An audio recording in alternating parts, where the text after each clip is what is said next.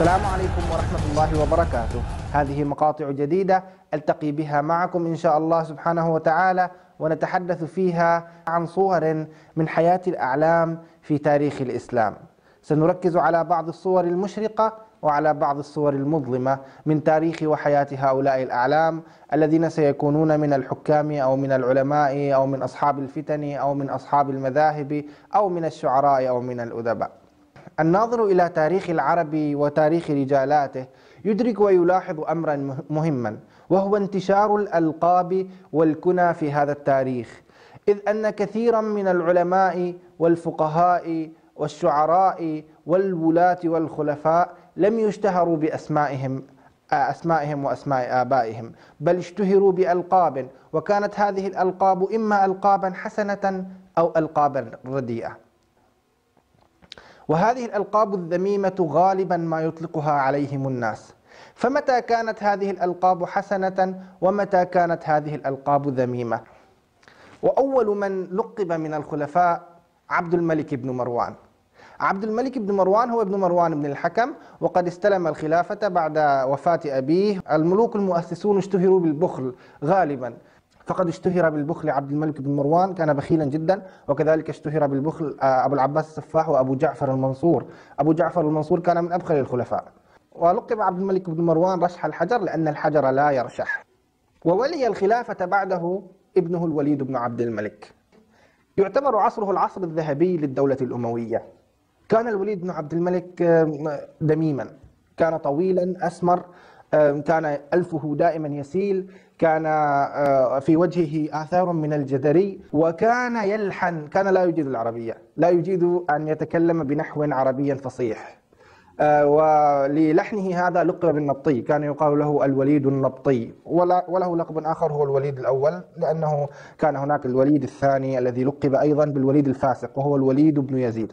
قبل ذلك كان الخلفاء يسمون بأسمائهم: عمر بن الخطاب، عثمان بن عفان، علي بن أبي طالب، وهؤلاء كانوا من الصحابة ولهم ألقابهم المعروفة والتي لقبهم بها النبي صلى الله عليه وسلم، كذي النورين عثمان بن عفان، والفاروق سيدنا عمر بن الخطاب، والصديق أبو بكر. كان العامة دائما يميلون إلى إطلاق ألقاب ذميمة على الخلفاء، إلا نجا من ذلك سليمان بن عبد الملك الذي لقب بمفتاح الخير، وقد حكم 2.5 سنين، وجاء بعده عمر بن عبد العزيز وكان أعدل بني مروان، ومع ذلك لم يطلق عليه لقب العادل مثلا، وإنما لقب بالأشج، وذلك أن خيلا ركلته بحافرها وهو صغير فتركت أثر شج في وجهه. وكان والده عبد العزيز بن مروان يمسح الدم بيده ويقول: إن كنت أشج بني مروان إنك لسعيد، وذلك لأثر ورد عن النبي صلى الله عليه وسلم أن أعدل بني مروان الأشج والناقص. من كان الناقص؟ الناقص هو يزيد بن عبد الملك الذي جاء بعد عمر بن عبد العزيز. حاول يزيد بن عبد الملك أن يسير على سيرة عمر بن عبد العزيز، فسار عليه 40 يوما من الزهد والتقشف، ثم لم يستطع، ولكنه كان عادلا، وكان من أعدل بني مروان، ونقص رواتب الجند. كانت رواتب الجند عالية وأنهكت خزينة الدولة فنقصها، يعني نحن نقول أنقصها، ولكن الصحيح هو نقصها. نقص هو فعل متعد لا يحتاج إلى الهمز. نقص، والفاعل منه الناقص وليس المنقص، الناقص من نقص رواتب الجند، فلقب بيزيد الناقص. وجاء بعده هشام بن عبد الملك، كان أحولا فلقب هشام الأحول. وهكذا كان العامة دائما يطلقون أقبح صفة في الخليفة عليه حتى لو كان عادلا. وجاء بعده طبعا ولي الخلافة بعد هشام حسب وصية يزيد ولي الوليد بن يزيد، والوليد بن يزيد كان شابا غرا ماجنا سكيرا عربيدا، وكان اشتهر أنه أيضا كان يعني يرتكب الفاحشة. والوليد الفاسق هذا قتل بعد 6 أشهر من حكمه، واستلم الحكم يزيد بن الوليد، يزيد الثاني، ويزيد أيضا توفي سريعا، إلى أن آلت الخلافة إلى أغرب لقب لخليفة على مر الزمان: مروان الحمار. مروان الحمار هو مروان بن محمد ابن مروان، ولقب بالحمار لأنه هو قال: أنا حمار بني مروان، هو الذي تعهد بأنه سينهض بالخلافة. الحمار يعني هو كان يقصد الجلد والقوة والتحمل، فلقب نفسه بالحمار.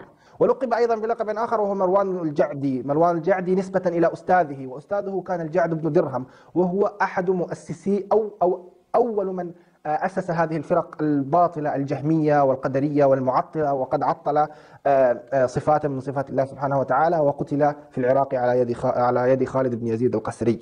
ذبحه يوم عيد الأضحى وقال: أيها الناس قوموا إلى ضحاياكم فإني مضح بالجعد بن درهم. فلقب مروان الجعدي، وقد حكم 5 سنين، وقتل في صعيد مصر وهو متنكر بزي امرأة، قتل على يد العباسيين. وأول العباسيين حكما كان أبو العباس السفاح، لقب نفسه السفاح، هو الذي لقب نفسه بالسفاح كناية عن البطش والشدة، وقد حكم فترة بصيرة جدا. وجاء بعده أخوه الذي كان أكبر منه، وقد تنبه إلى مسألة الألقاب، أن العامة تطلق اللقب على الخليفة حتى يعني تذله. أدرك المنصور بحذقه هذه الصفة عند العامة، أنهم يتخذون السخرية والتهكم والألقاب البذيئة والألقاب الذميمة يعني وسيلة لإهانة الحاكم أو لشرعنة الثورة عليه، فلذلك لجأ إلى اتخاذ لقب حسن لنفسه حتى يقطع على العامة هذا الطريق، فلقب نفسه بالمنصور.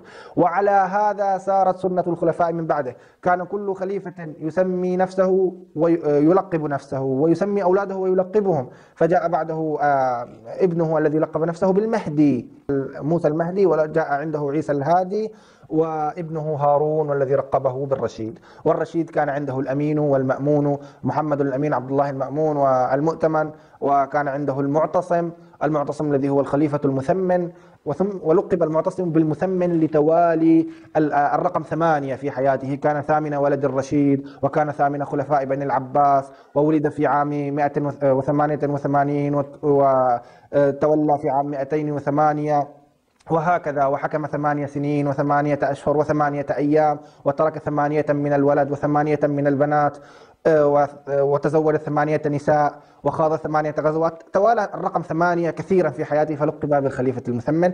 وعلى هذا صارت سنة الخلفاء من بعد ذلك، فكانوا يلقبون أنفسهم بألقاب فخمة حفظا لأنفسهم من أذى العامة. وأيضا بني أمية تنبهوا لذلك، فحينما دخل عبد الرحمن بن معاوية ابن هشام بن عبد الملك دخل الأندلس، لقب نفسه بالداخل.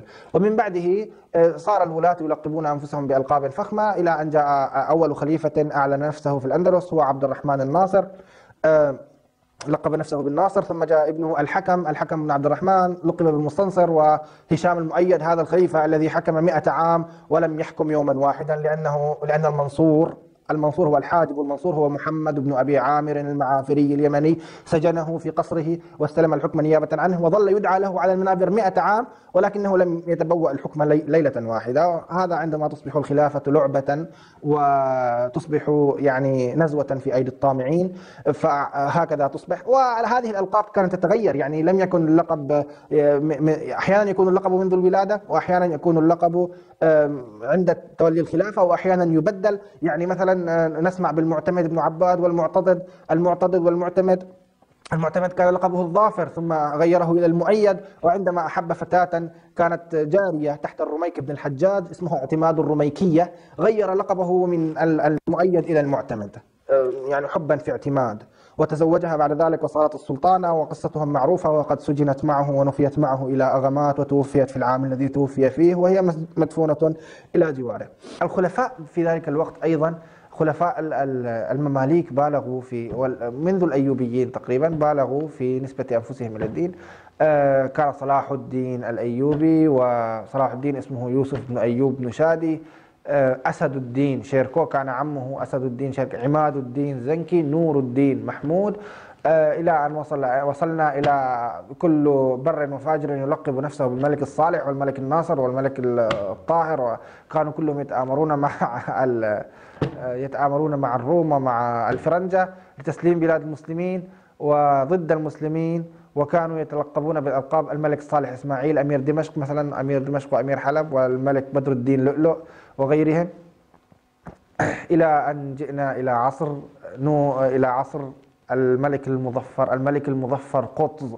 وقطز هو لما أسر، هو اسمه محمود بن ممدود، أسر في بلاد خراسان، فلقب من قبل العصابة التي أسرته بقطز. قطز تعني الكلب الشرس، كان شرسا ما كان يتنازل لهم، فلقبوه بقطز.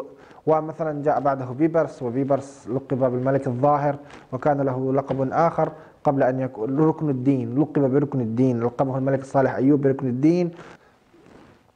وهكذا كانت الألقاب دائما تستخدم ضد الخلفاء للتعبير عن السخط الشعبي، ويستخدمها الخلفاء لإضفاء نوع من المهابة والجلالة على أنفسهم. وإلى أن نلتقي في مقطع آخر نتحدث فيه عن علم من أعلام تاريخ الإسلام. ها أنا أحييكم، والسلام عليكم ورحمة الله وبركاته.